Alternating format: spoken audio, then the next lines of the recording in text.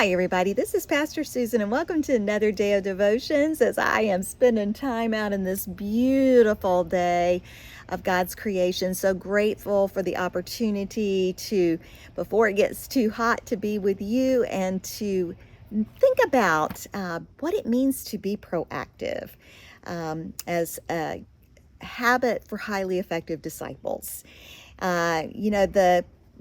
We've talked about what's important about being proactive. It's about preparing for the things, not a worst case scenario, but just the things that will come into our lives that will challenge our faith, and to be prepared for that. And yesterday we talked about what the importance of the mind is. How do we prepare our minds to be able to hear God, to be able to do the things that will help us to respond when those storms of life come in our lives. And then we're continuing to talk about preparation and being ready.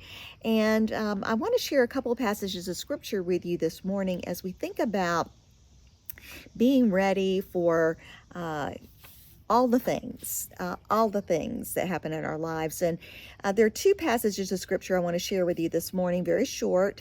One is from Titus, which is, if you're looking for it in your New Testament, it's a really, really short book, and it's right after the book of Hebrews.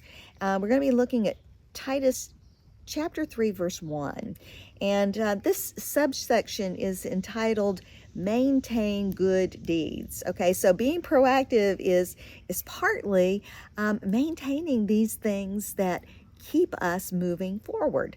And he says in this letter, remind them, the people, his flock, to be subject to rulers and authorities, to be obedient, to be ready for every good work. So, talking about people that are in authority over him, to be ready for every good work. And then I'm going to look at chapter 3 of 1 Peter, and we're going to be looking at verse 15, which says this: always be ready to make your defense to anyone who demands from you an accounting for the hope that is in you.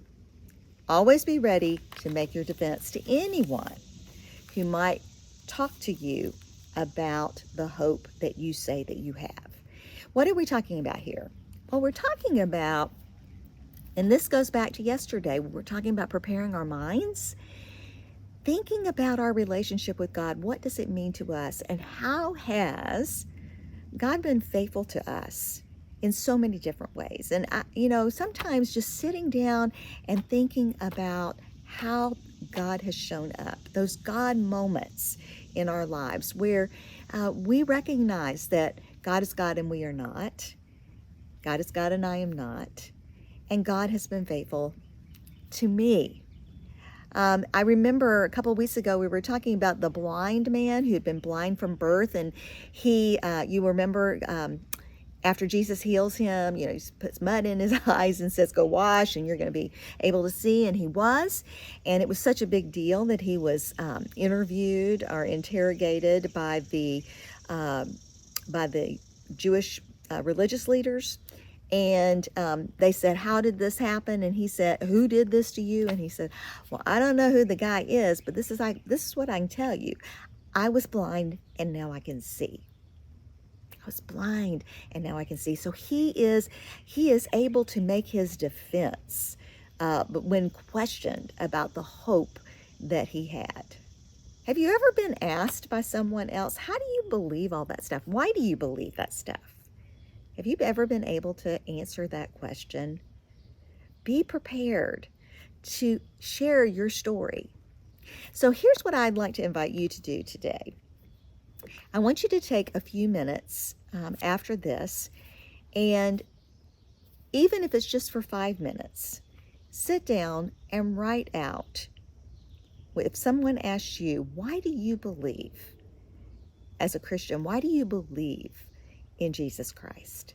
What difference has it made in your life to follow this way? And I'd like to invite you to share from your personal testimony. Write down what it has. I don't know who he is, but I know once I was blind and now I can see. So many people who've encountered Jesus had a life before and a life after. And even if you have been raised to believe from the very beginning, that's part of your story. And so write it down and share it with someone. Be ready. Be ready to make a defense of the hope that is in you.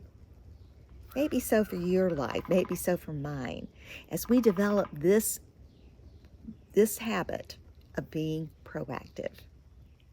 Amen and amen.